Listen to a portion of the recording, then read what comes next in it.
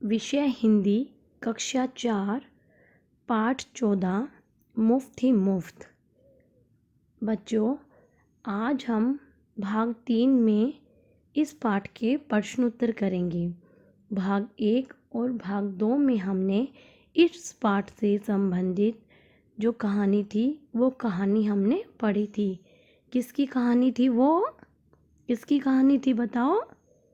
हाँ, भीखू भाई की। और भीखू भाई की पत्नी का क्या नाम था? लाबूबेन। और भीखू भाई को क्या खाने का मन हुआ था?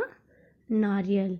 और इस कहानी में हमने क्या पढ़ा था कि भीखू भाई को नारियल कैसे मिला और कितने रुपए में मिला, ये हमने इस कहानी में पढ़ा था।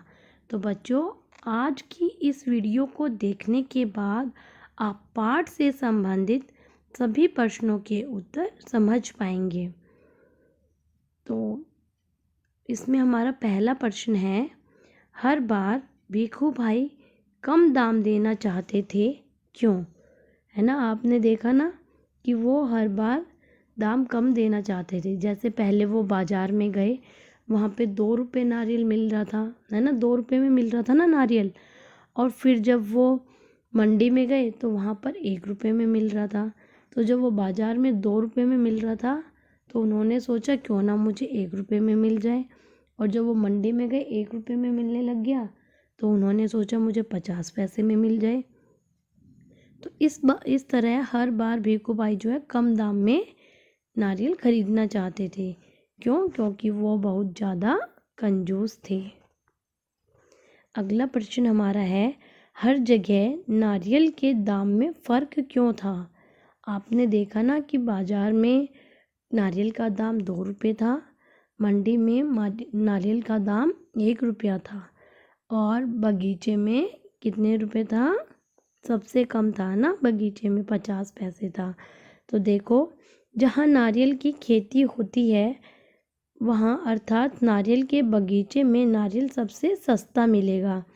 बाजार तक जाने में उसकी कीमत बढ़ जाती है और वह सबसे अधिक हो जाती है। इसलिए जो है बाजार में सबसे ज़्यादा महंगा नारियल मिल रहा था। अगला प्रश्न है, क्या भीखू भाई को नारियल सच में मुफ्त में मिला? क्यों? मुफ्त में मिला था उन्हें नारियल? नहीं, भीखू भाई को नारियल मुफ्त में नहीं मिला। इसे पाने के लिए उन्हें बहुत दूर पैदल चलना पड़ा, धूप में पसीना बहाना पड़ा और अंत में तो वह नारियल के पेड़ से गिर पड़े और उनके सिर पर एक बड़ा नारियल आ फूटा।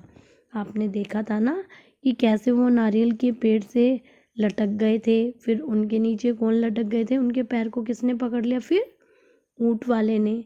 और ऊँट वाले की सहायता करने कौन आए? फिर घोड़े वाला। लेकिन घोड़े वाला भी क्या हुआ? ऊँट वाले के पैर पे लटक गया था। तो इस तरह वो तीनों नारियल के पेड़ से लटक गए थे और फिर आखिरी में क्या हुआ? भीखू भाई ने हाथ छोड़ दिया जिससे वो तीनों नीचे गिर पड़े और साथ में एक नारियल भी गिर पड़ा था, है ना। लेकिन वो नारियल मुफ्त का नहीं था क्योंकि उन्हें बहुत दूर पैदल चलना पड़ा, जिससे कि उनकी बहुत ज़्यादा जो ऊर्जा थी उसका भी क्षय हुआ था और उनका बहुत ज़्यादा समय भी इसमें लगा था, है ना। तो इसलिए उन्हें नारियल मुफ्त में नहीं मिला। वे खेत में बूढ़े बरगद के नीचे बैठ गए। तुम्हारे विचार से कहानी में बरगद को बूढ़ा क्यों कहा गया होगा?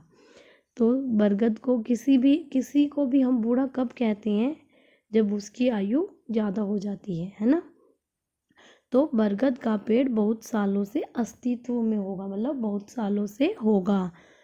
जिसने भी वहाँ पर लोगों ने जैसे देखा होगा वहाँ पर, तो बहुत सालों से वो बरगद का पेड़ वहाँ पर था, इसीलिए कहानी में उसे बूढ़ा बरगद बोला गया है।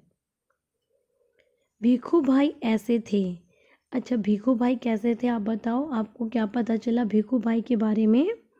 इसमें हमसे यही प्रश्न पूछा गया है कि कहानी को पढ़कर तुम भीखू भाई के बारे में काफ़ी कुछ जान गए होंगे। भीखू भाई के बारे में कुछ बातें बताओ। ठीक है, तो क्या जाना आपने? कि उन्हें खाने पीने का बहुत शौक था, वे बहुत बड़े कंजूस थे। उन्हें नारियल बहुत पसंद था। वे कम से कम पैसों में नारियल पाना चाहते थे। वे बातें बनाने में बहुत बड़े होशियार थे, है ना। तो आप सब ज़रूरी नहीं है यही बिंदु लिखें। आप इनके अलावा अगर आपको कुछ और उनके बारे में पता है तो वो आप लिख सकते हैं। ज़रूरी नहीं है जो मैंने लिखा है आप एज इट इज़ लिखिए। इसके बाद लिखा है क्या बढ़ा क्या घटा। कहानी जैसे जैसे आगे बढ़ती है कुछ चीज़ें बढ़ती हैं और कुछ चीज़ें घटती हैं। बताओ इनका क्या हुआ, ये घटे या बढ़े। तो आप बताओ नारियल के दाम क्या हुए, घटे, क्योंकि पहले 2 रुपये थे, फिर 1 रुपया हुआ, फिर 50 पैसे हुए। ऐसे करके नारियल का जो दाम था वो घटता चला गया। भिखू भाई का लालच तो बढ़ गया, क्योंकि पहले सोचा 1 रुपये में मिल जाए, फिर सोचा 50 पैसे में मिल जाए, और फिर सोचा मुफ्त में ही मिल जाए, है ना। तो उनका लालच क्या हुआ, बढ़ता गया। रास्ते की लंबाई भी बढ़ी थी। भिखू भाई की थकान, रास्ता बढ़ेगा तो उन्हें ज़्यादा पैदल चलना पड़ेगा, जिससे उनकी थकान भी बढ़ जाएगी। आगे है शब्दों की बात। अब आप देखो बेटा, यहाँ पर हमें दिया गया है नाना नानी, पतीली पतीला।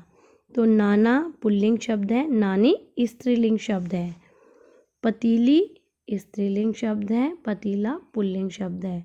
तो यहाँ पर जो नाना नानी है इसमें पुल्लिंग शब्द को स्त्रीलिंग में बदला गया है, पतीली को पतीला ये स्त्रीलिंग से पुल्लिंग में बदला गया है। तो नीचे हम देखते हैं, जैसे हमें दिया गया काका काकी, मालिन माली, मटका मटकी, दर्जी दर्जिन। देखो दर्जिन में और माली में, देखो माली में कौन सी की मात्रा है, बड़ी की मात्रा है, लेकिन माली में कौन सी की मात्रा है, बड़ी की। लेकिन मालिन में क्या हुआ कि जो ला है, ला पे कौन सी की मात्रा हो गई, छोटी की मात्रा हो गई। ऐसे ही दर्जी में भी बड़ी की मात्रा है और दर्जिन में फिर छोटी की मात्रा हो गई। टोकरी टोकरा गद्दा, ये यहाँ पे 2 द हैं, एक आधा द है और एक पूरा द है। गद्दा गद्दी, ठीक है। तो सभी बच्चे अच्छे से वीडियो को ध्यान से देखेंगे और इसे अपनी कॉपी में करेंगे। धन्यवाद।